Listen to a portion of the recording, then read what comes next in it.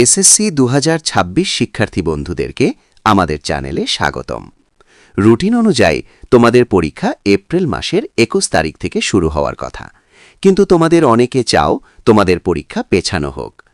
বাংলাদেশের ইতিহাসে সম্ভবত তোমরাই প্রথম যারা এসএসসি পরীক্ষা দিবে শুধু দশম শ্রেণীর অধ্যয়নের উপর ভিত্তি করে, যেখানে আগে নবম দশম শ্রেণী অধ্যয়নের পর অর্থাৎ 2 বছর পড়াশোনার পর এসএসসি পরীক্ষা অনুষ্ঠিত হতো, কিন্তু তোমরা পাচ্ছ 1 বছর।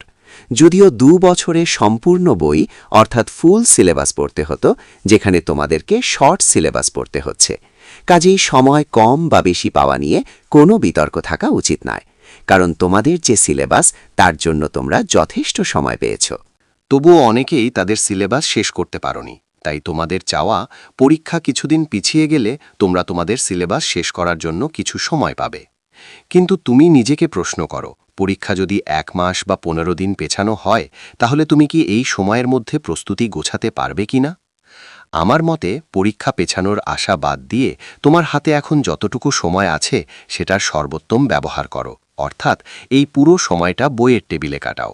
আশা করি এতে তোমার অনেক উপকার হবে এবং একটা ভালো ফলাফল করতে সক্ষম হবে, কারণ তোমাদের পরীক্ষা পেছানোর সম্ভাবনা নেই বললেই চলে। তোমাদের সকলের জন্য অনেক অনেক শুভকামনা। আমাদের চ্যানেলটি সাবস্ক্রাইব করে পাশে থাকা বেল আইকনটি বাজিয়ে দাও। ধন্যবাদ।